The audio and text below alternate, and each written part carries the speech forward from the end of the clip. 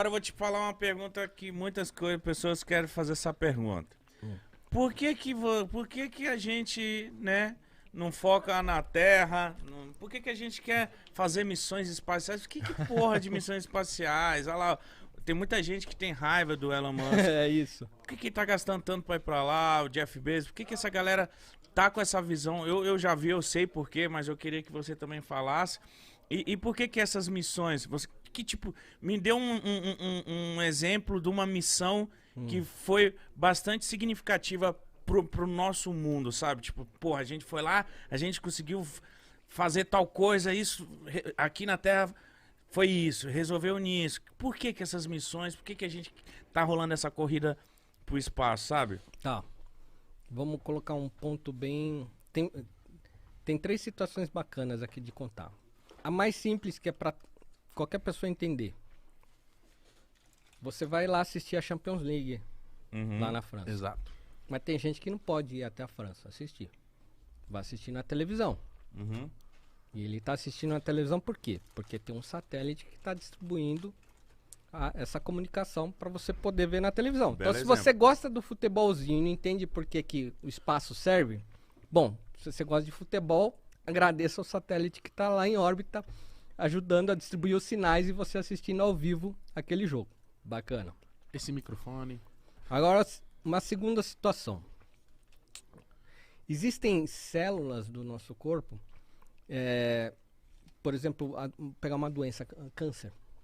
Câncer é a doença do século. Ainda está se estudando como você poder combater o câncer. Que são células malignas que vão lá e se espalham de determinada maneira que um laboratório no espaço, com ausência de gravidade, que no caso é a estação espacial, você pode realizar pesquisas sem que essas células, elas, como é que eu posso dizer aqui, de uma forma que todo mundo entenda. Experiências que você vai fazer aqui vão dar errado e lá no espaço vão dar certo, porque você tem um ambiente propício para manejar essas células.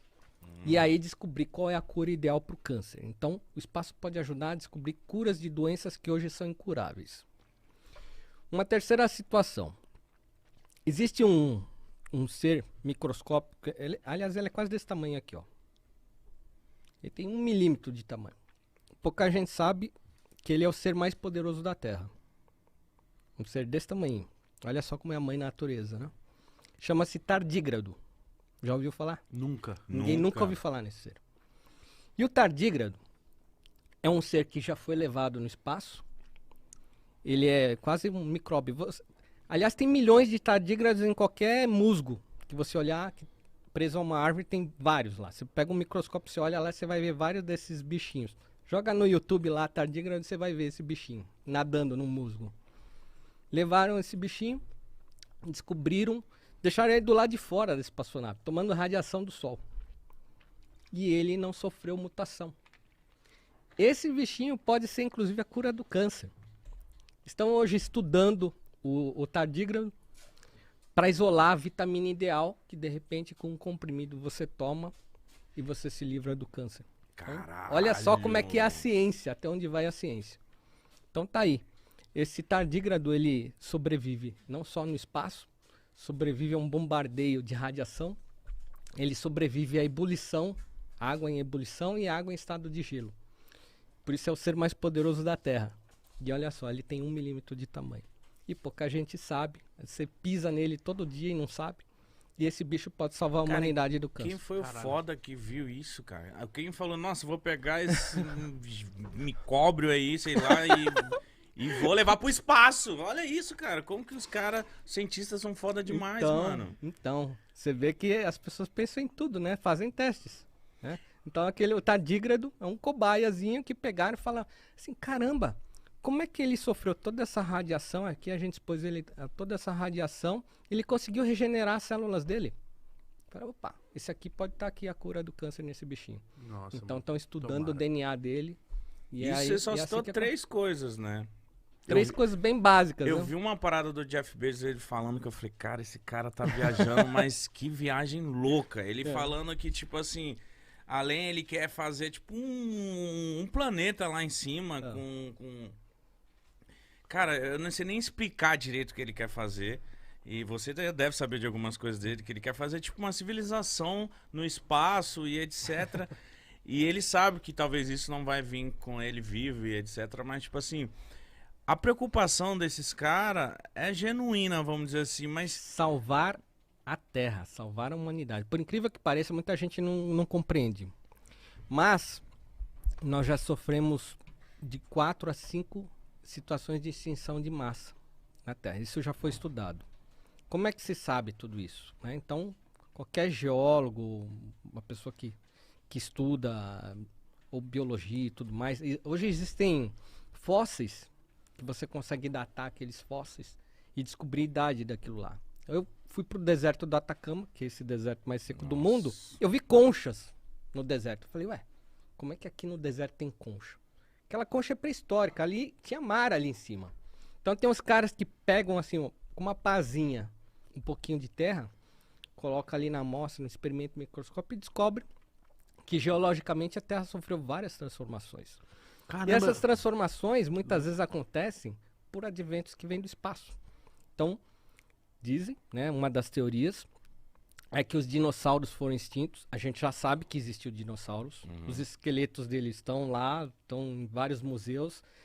Estão o tempo inteiro encontrando novos. Então, existiu realmente aquela fauna.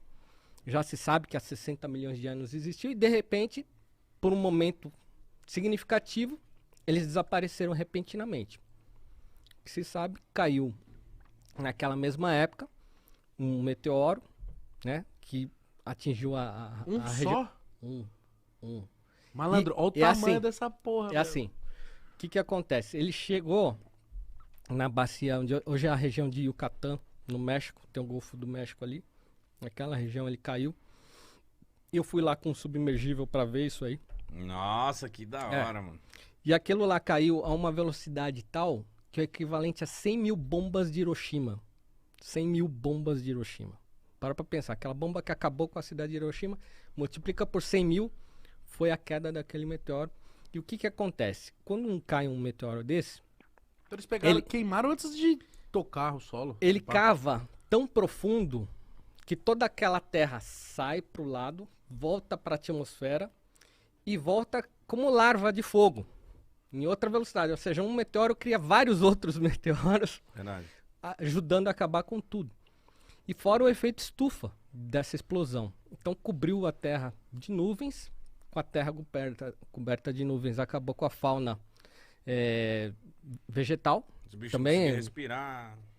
Toda... E aí, sem os vegetais, os bichos não conseguiam comer.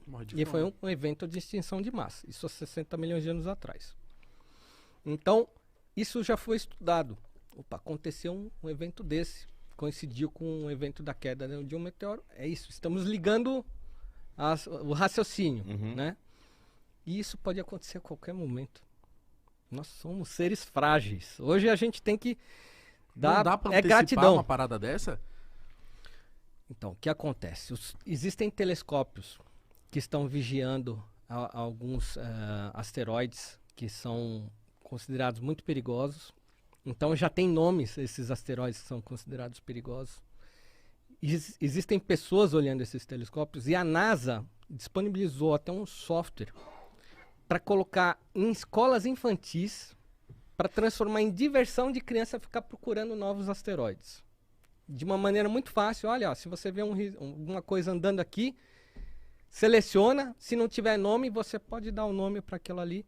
É uma forma de botar milhões de pessoas ajudando nessa tarefa de uma forma divertida, descontraída, mas sem saber está ajudando a salvar possivelmente a vida na Terra. Então, aqui mesmo tem uma criança chamada Nicolinha, ela tem um canal no YouTube, ela já descobriu mais de 80 desses asteroides. Ela fica lá o dia inteiro no computador, com o software ali olhando, assim, encontrei um novo. E ela pode dar um nome para aquele asteroide, aquele bolo. Então, como a Nicolinha, tem milhões de crianças no mundo inteiro ajudando os cientistas a monitorar esses bolos. Porque um perigoso desse, que atingir a Terra, pode realmente aniquilar a raça humana. E pessoas como essa, né, como Elon Musk, que são xingadas, ele está pensando num plano B, que é o quê? Se não pudermos segurar um asteroide, vamos dizer que ele chegue e ele não foi previsto. Ele veio numa rota tal, numa velocidade tal, que não havia tempo do que se fazer. Não tínhamos tecnologia, um míssil balístico ali para atingir. Isso que eu ia falar, existem exercícios para abater esses... Estamos numa fase muito inicial de mandar sondas que pousam nesses asteroides para estudar esses asteroides, para saber do que eles são feitos. Estamos nessa fase, aprendendo o que é esse asteroide e como poderemos destruí-lo numa situação assim. Então a gente está numa fase muito inicial. De estudo ainda. Mas se chegar hoje, não temos o que fazer. Então, pessoas como Elon Musk estão prevendo em transformar a raça humana, a espécie humana, uma espécie que possa se adaptar em planetas como Marte, ou ter cidades em colônias na Lua, de modo que preservar a nossa espécie numa situação limite. Porque, infelizmente, existem riscos. E aí eu estou falando só dos asteroides, não estou falando nem de um flare do Sol, que pode acontecer a qualquer momento, dar uma explosãozinha ali, que chega aqui em 8 minutos e não dá tempo nem de avisar no Jornal Nacional. Meu Deus. Aquilo lá acontece o que aconteceu com Marte. Já se sabe, as sondas que estão lá em Marte, que existem canais secos de rios. Falou, opa, existe um canal de rio aqui, as pedras estão arredondadas como são nos rios aqui na Terra. Você sabe que aquela pedra desbastou porque ela correu, tinha um riacho aqui, igualzinho na Terra. O que aconteceu que Marte é um deserto? Provavelmente, uma flare do Sol atingiu certinho o planeta Marte, aniquilou toda a atmosfera e torrou tudo que tinha em Marte. Isso pode acontecer com a Terra. Uma explosãozinha errada na nossa direção. Tá me assustando. Mas Mas será que Marte